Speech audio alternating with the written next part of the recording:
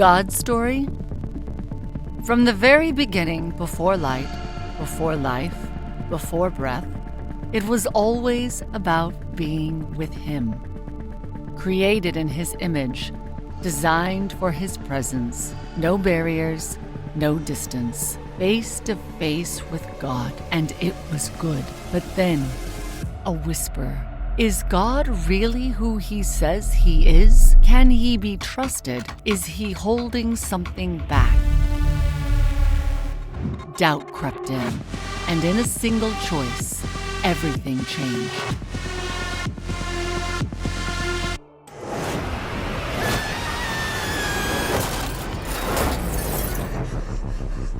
A decision that unraveled everything, that set humanity on a restless chase for meaning, for purpose, for something to fill the emptiness. 118 billion souls, striving, struggling, searching, turning their backs on the one who gave them everything. But did God turn His back on them? Drained, disillusioned, exhausted by the chase, and in the silence, a question rises. Where are you, God? A voice responds, right here in the middle of your story.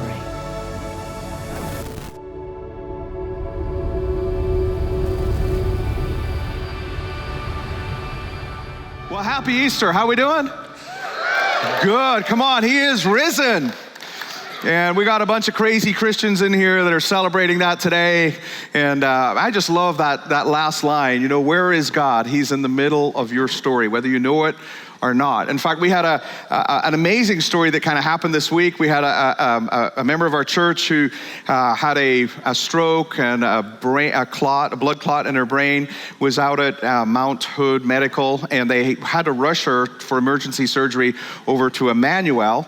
Word got out, husband got the word out, we started praying, and something happened in the ambulance between Mount Hood Medical and Emmanuel, because when she got to Emmanuel and they're preparing her for surgery, they're like, we've checked and there's no blood clot there anymore, and you seem to be doing fine.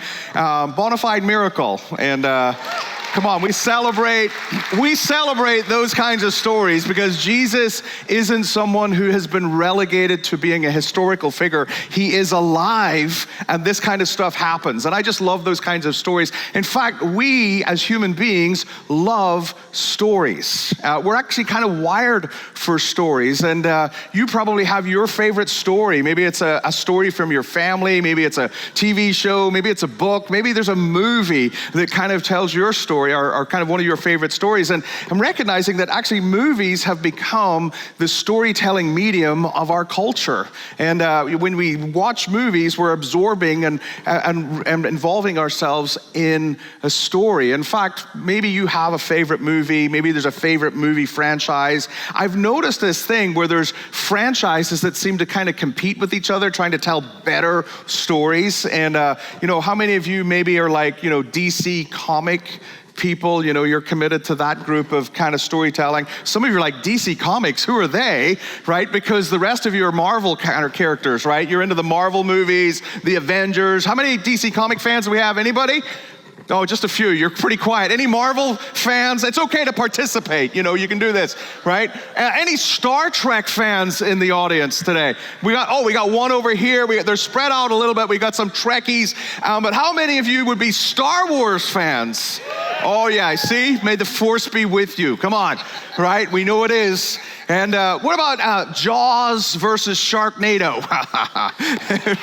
I didn't say all the stories were good. I said there were some bad stories out there. Sharknado would be one of them. That'd be crazy.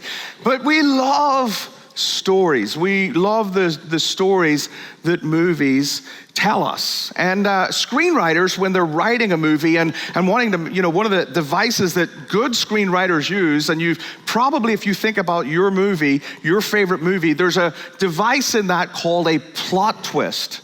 It's that moment in a movie when everything seems to just shift. It's like, I did not see that coming. Or Well, that changes everything and sets up the sequel. You know what I'm talking about, right? Make more money, that's the device plan, right? But plot twists are employed in movies. In fact, when you think about, where are all my Star Wars fans? Right? Remember The Empire Strikes Back? I think it's The Empire Strikes Back, where Luke Skywalker finds out that Darth Vader is his father, you're my daddy, what? Right? Like that changes everything. Didn't see that coming, right? Or what about Sixth Sense? Remember the movie Sixth Sense? You get to the end of the movie and you're like, wait, he was dead the entire time? Like, whoa, that's a plot twist right at the end of the movie. And so we recognize that why is it that we are drawn to movies and to stories? Why do we like stories so much? Well, I think part of it is because stories don't just engage the intellect. It's not like a documentary where there's just kind of a set of facts, right? The stories involve the emotions. They draw us in. In fact, some neuroscientists at Princeton University were doing some study on this, and what they discovered was that your brain, the brain of a listener or somebody watching a movie, a well-told story, the brain activity of a listener or a watcher in a movie matches that of the storyteller who originally wrote the movie when he wrote it. And so what happens and what they've discovered is that your brain is actually involving you in the story. You start to realize, actually, I'm part of something bigger than my little existence.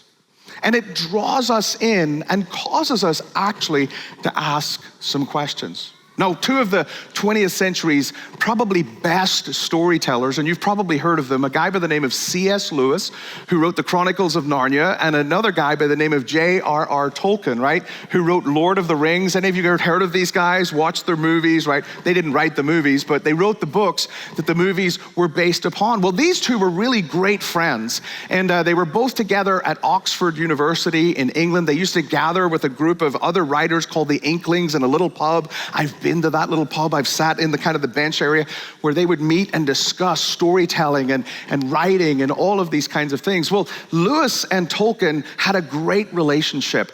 And there's story told of the two of them on a walk. It's called Addison's Way. It was a walk that they would walk quite frequently, and they were having a conversation about storytelling. C.S. Lewis at this point in his life was an atheist. He didn't believe in God, and Tolkien was a follower of Jesus Christ.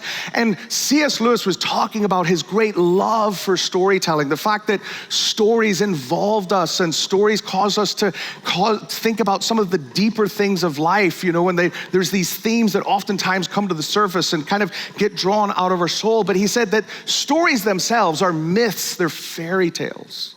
They don't actually provide the answers to the question. Tolkien, on the other hand, he said, you're absolutely right, that stories do cause us to ask some deeper questions about life. The kinds of questions that are, is there more to life? Is there something beyond the natural, the supernatural world? Is it possible to escape death? Can love last forever? Can good really triumph over evil? Is there someone who would be a sacrificial hero that can snatch victory from the jaws of defeat? And when you think about the latest Avenger movie or your favorite movie, some of those themes are probably addressed in the movie. That is there something more to this life? Is there something more than the world that we can see, touch, taste, and feel around us? Is there a supernatural existence beyond what we naturally experience? Is it possible to experience or escape death? Can love last forever? Can good really triumph over evil? In fact, most movies are built on that premise that there's some sort of battle between good and evil, and there's a hero in the movie oftentimes who sacrifices something so that victory can be snatched from the jaws of defeat. Tolkien referred to it as those secondary beliefs, those things, those existential thoughts and feelings and things that we wrestle with beneath the surface of our life. And he pointed his friend to a story called the Gospel, essentially God's story of reality, and said it's the only story that actually answers all of these kinds of questions that every single human being at some point in their life begins to wrestle with and deal with. And so he pointed his friend to the gospel. And this story of God his version of reality, and the fact that Easter and the resurrection is the apex of the God story. Now, one of the crazy things about Christians is that Christians make an extraordinary claim about God. Jesus and his followers made this claim that their sacrificial hero, Jesus, God's only son, actually rose from the dead. In fact, Jesus actually talks about this in John chapter 11, verse 25, about himself. He says, I am the resurrection and the life. He was foretelling what was going to happen and what we celebrate during the Easter weekend. That Jesus actually rose from the dead. Now, I want to take just a few minutes to investigate the claim of Jesus and his followers. And it might be that maybe you've been coming to church here for a long time, and man, I get this story, and hopefully it just re-cements kind of why this story is so important. Maybe you're new to Jesus and been following just for a matter of weeks, and you're just beginning to understand and learn, and I hope that this catches you up to speed. It might be this morning that someone invited you to come to church, and maybe it was kind of an invitation that went something like this: hey, if you come to church with me, I'll buy you brunch or lunch afterwards. Now, if they didn't do that, I'm their pastor, and I'm telling you now, you need to nudge them and say, hey, pastor says you need to take me to brunch or lunch right after this, right? But it might be that you're a skeptic. Maybe you're loosely religious. Maybe, you went to Christian school or grew up Catholic. Maybe you've got questions or doubts. Maybe your faith's been rocked a little bit. And all I want to suggest to you today is that this apex of the God story, the resurrection of Jesus Christ, is worthy of your investigation. Are these claims really true? Why is it that the Easter story is important? You might not like my answer, but it is true. And the simple reality is this, is because every single one of us in this room will die. Every single one of us in this room will at some point in our life have to confront our own mortality. In a book called Life After Death, the author said this. He says, is death the end, or is there something more? This is the ultimate question. It has to be the defining issue for entire cultures, from the ancient Egyptians to the present. And in truth, there is no more important question that any of us will face. It's the issue that makes every other issue trivial. Death is the great wrecking ball that destroys everything. And you know that. It might be that you yourself have faced death, stared death in the face, had one of those life or death kind of encounters. It might be that you know someone or you've walked with someone closely who has faced that, and you know that in that moment, death puts everything else into perspective. It is the ultimate question. The challenge, though, that we face in the culture and the day in which we live is that many are trying to escape death. Remember, it's one of those existential questions. Is there a way to escape death? And if it's not about escaping death, it's certainly about trying to prolong life. In America, we spend over $20 billion a year on anti-aging stuff. We might not be able to stop dying, but we can certainly look good on the way, right? Now, you may not have heard of this guy. Maybe you have, I don't know, but there's a guy by the name of Brian Johnson. And Brian Johnson is a 47-year-old mega-rich entrepreneur, you guessed it, from the state of California. And there's a Netflix documentary about this guy called Don't Die, the Man Who Wants to Live Forever. And Brian Johnson spends $2 million a year, right, trying to maintain or trying to get to a biological age of 18. He has a very strict diet, sleeping, exercise, sleeping habits. He takes 111 supplements a day. And then he transfuses his blood. He replaces his blood with that of a 17-year-old's blood regularly. He's doing everything he can not to die. And yet the sad reality is he's going to face death at some point.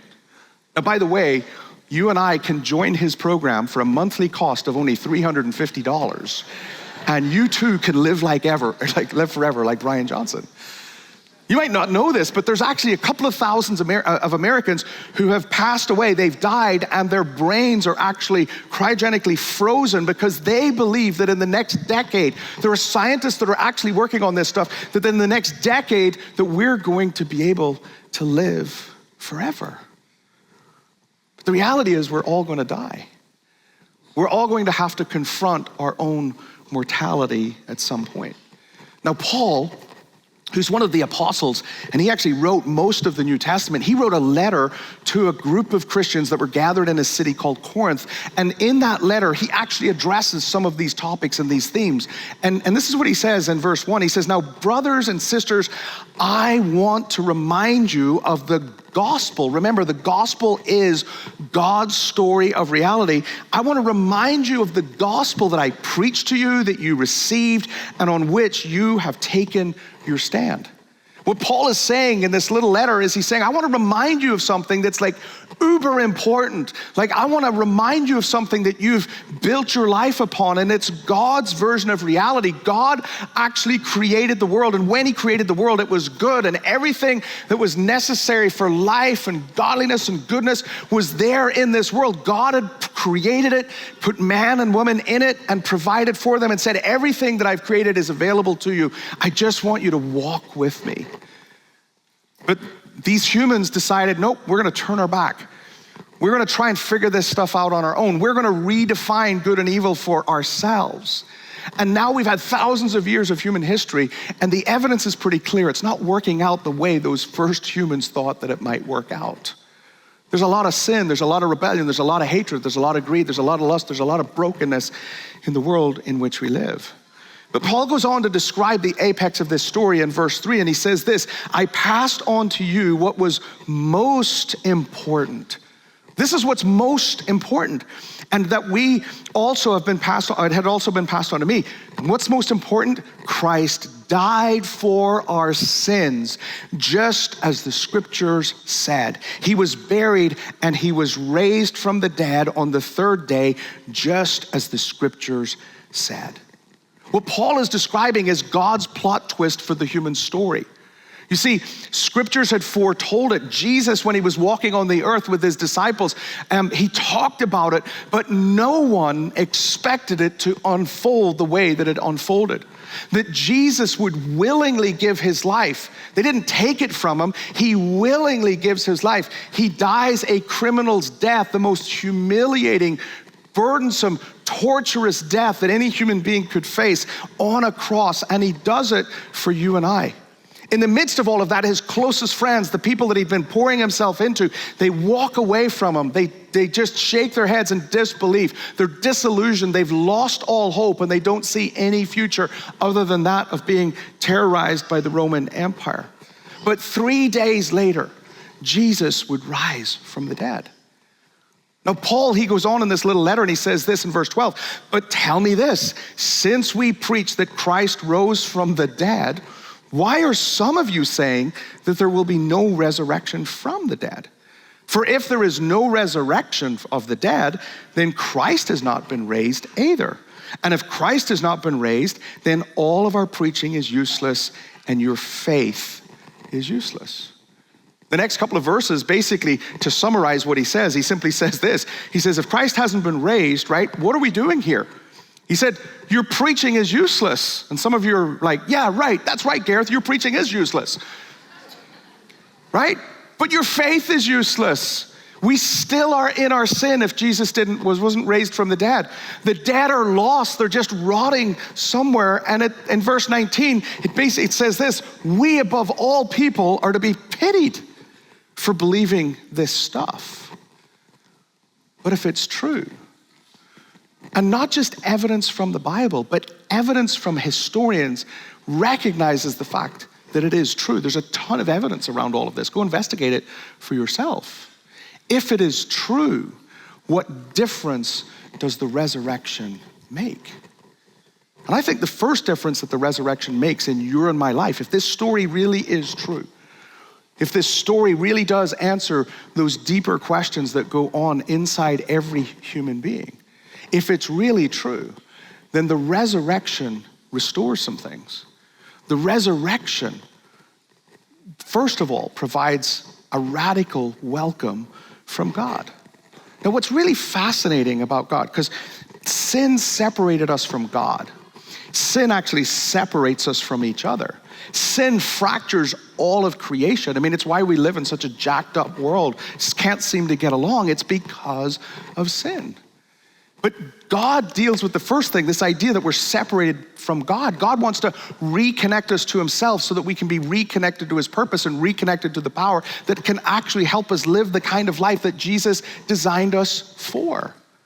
And what's fascinating about Jesus after the resurrection is what he does. Because Jesus, after he's resurrected, he goes to certain people, or certain people begin to interact with him. Now, if I was Jesus, and I am not Jesus, and I'm nowhere close to being like Jesus, right? I'm on that journey. But if I was Jesus and I was resurrected from the dead, and I was trying to get this God story out to the general public, there's probably a few people that I would consider going to. Number one on the list would probably be Caesar. Now remember, Caesar was the king, the emperor of the then known world. In fact, in Roman culture, he was believed to be God. Like nobody crossed Caesar. Now, remember, Caesar would have been aware because one of his people had actually enacted kind of the crucifixion of Jesus. And so can you imagine, like, if I was Jesus, I would have shown up in the palace, right in whatever throne, Caesar happens to be sitting in, and kind of going, hey, Caesar, I know you think you're the king, but I'm back. I'm really the King of Kings, Can you imagine the ripple effect through the Roman Empire and everything that the Roman Empire touched? Or maybe another group of people to go to, because there were these group of people at Mars Hill. They were intellectual elites who reasoned that they'd figured out all of life, and so they would get together and they'd reason together and do all of it. Maybe I would show up there and go, hey, here I am. Make sense of this, Like, word would spread pretty quick. But what's fascinating about Jesus is it's not what Jesus does. Jesus goes to people that others have written off and forgotten about. In fact, the first person that Jesus encounters post-resurrection is a lady by the name of Mary Magdalene. Mary Magdalene, earlier in Jesus' ministry, she was a woman who had been possessed, it says, by 7 demons, and Jesus had delivered her from this torture and this torment and transformed her life, and she, as a result, had become a follower of Jesus. But this woman, in that culture, had very little social power. Like, she's not going to do very much to spread the message of God's story. But this is who Jesus shows himself to and reveals himself to. Because Jesus is sending a message that the resurrection isn't for people who have it all together. The resurrection is for those who can humbly acknowledge, I'm trying to figure out life. And the gospel provides the answers to those existential questions that we ask as human beings. So the resurrection provides a way for God's radical welcome, but the resurrection also leads us to God's radical restoration. After the resurrection, Jesus was, between the resurrection and the ascension, when he ascended back to heaven, it says that there was about 40 days. And in the passage that we just read in 1 Corinthians chapter 15, we're told that Jesus appeared to over 500 people. There's record of that, extra biblical, outside of the Bible, that records some of those encounters. And in fact, most of the New Testament was written by people who had first-hand witness accounts of encounters with Jesus. You're reading their account of what actually happened when they encountered Jesus. And so we realize that Jesus appeared to people, but one group of people that Jesus paid particular attention to was his friends. These were people that, wouldn't have been kind of an elite status or a high, in a high class or super wealthy or high influence. These were regular people that Jesus had spent about 3.5 years with. But after his death, they were disillusioned. They ran, they hid, they were disappointed. Like all the dreams of things being different, of the culture that they lived in being transformed and changed, dissipated and disappeared. They gave up. In fact, one of those guys was a guy by the name of Peter. Peter was the leader of the pack. He was probably a little bit older than the other disciples. And it tells us that he actually went back to fishing. He went back to the family business. He's kind of given up. Jesus and this whole dream is dead. It died with him on the cross. But we're told in John chapter 20 that Jesus shows up on the shoreline, starts a fire, starts to cook some breakfast. Peter and a couple of the disciples are out fishing, and Peter looks and says, that looks like Jesus. Jesus, is that you? He jumps out of the boat, gets to Jesus, and Jesus restores Peter's future. All those dreams that had been dashed, all the disillusionment, Peter is restored. Jesus restores Peter's future.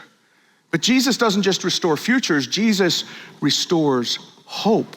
There were two, it says, on the road to Emmaus. What you don't maybe know is that Emmaus was the last place that the Jews had any kind of great victory over the Romans, any kind of freedom to kind of be their own kind of people. This was the last great victory that they had. And they had, just the week before, they'd waved palm branches and they'd sung Hosanna, and they'd believed that Jesus was a conquering king who was going to overthrow the Romans and that they were going to finally have freedom, but then he's crucified on a cross. And losing all hope, they walk away from Jesus and they go back to the place where they last had any kind of freedom, any kind of victory, Emmaus. And what we learn about Jesus is that Jesus loves to walk with people who are walking away from him, because Jesus restores hope. We also recognize that Jesus restores faith. We've all got questions. We've all got doubts. We've got fears and stresses and anxieties, those things that circulate inside of us. But there was a guy by the name of Thomas who got an unfortunate nickname. Doubting Thomas is how oftentimes he's referred to when we think about Thomas, because he was the one who, when Jesus, and I think it's a little bit unfair for Thomas, but Jesus, when he appeared to the disciples, Thomas wasn't there.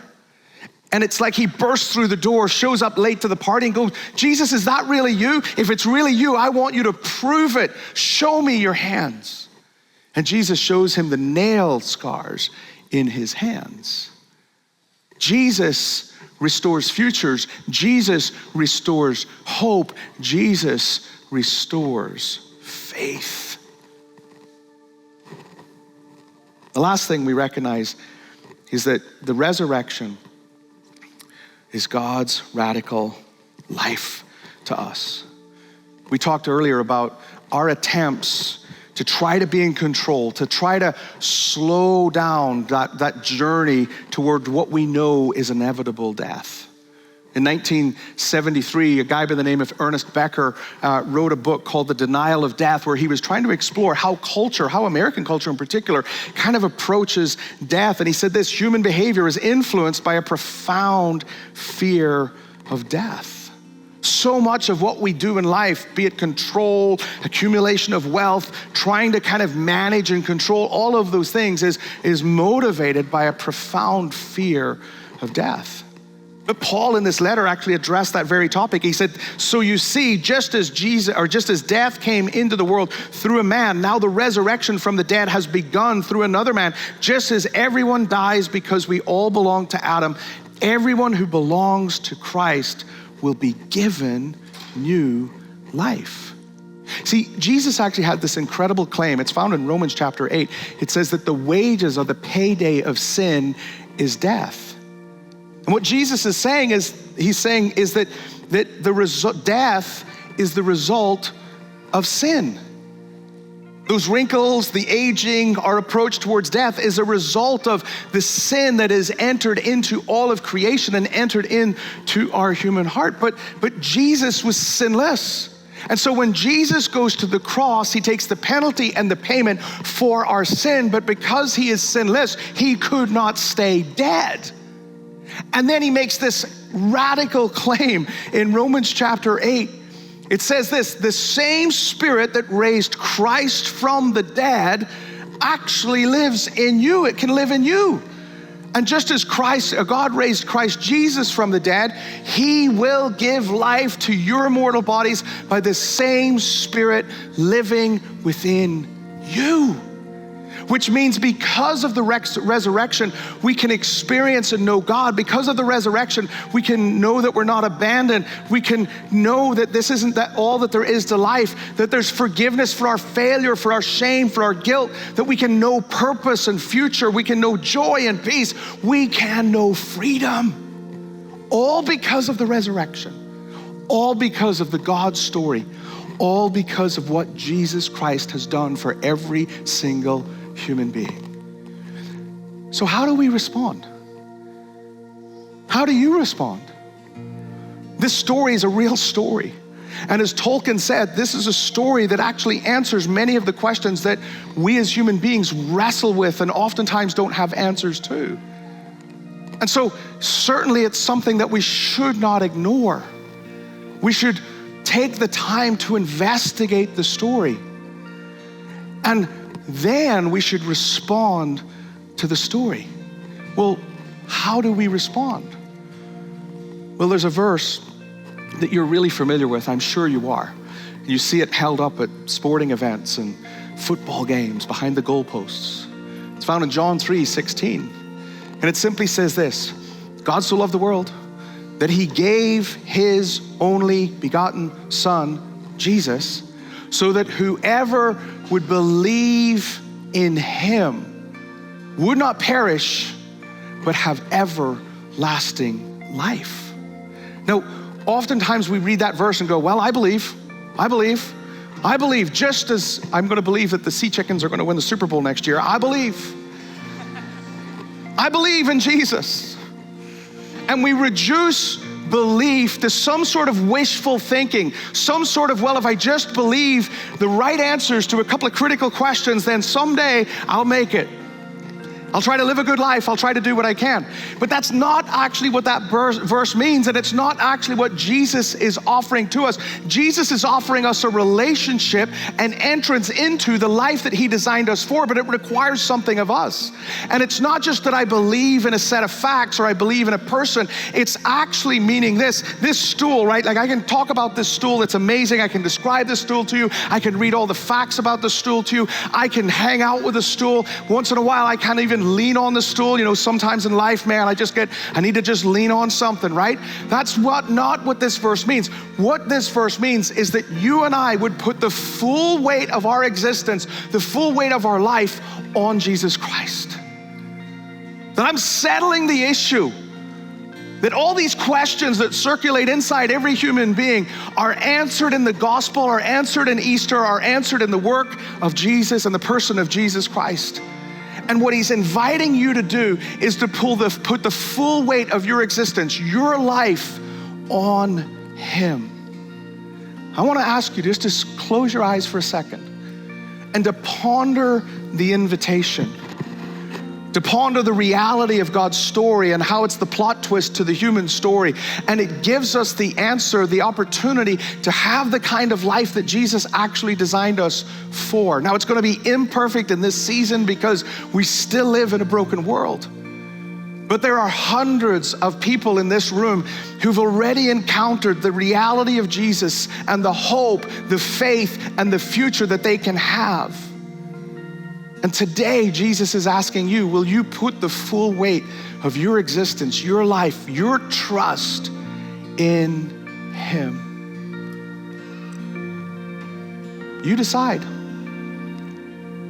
It's a simple prayer. Jesus, I trust you. I surrender my life to you. You died for my sin so that I could be forgiven and walk in freedom. And that's really the second part of the story. Because the invitation isn't just to believe and put the full weight of who we are on Jesus. The invitation is to follow him, to get to know him as a person, to understand how he operates and the dreams and the hopes and the desires that he has for you.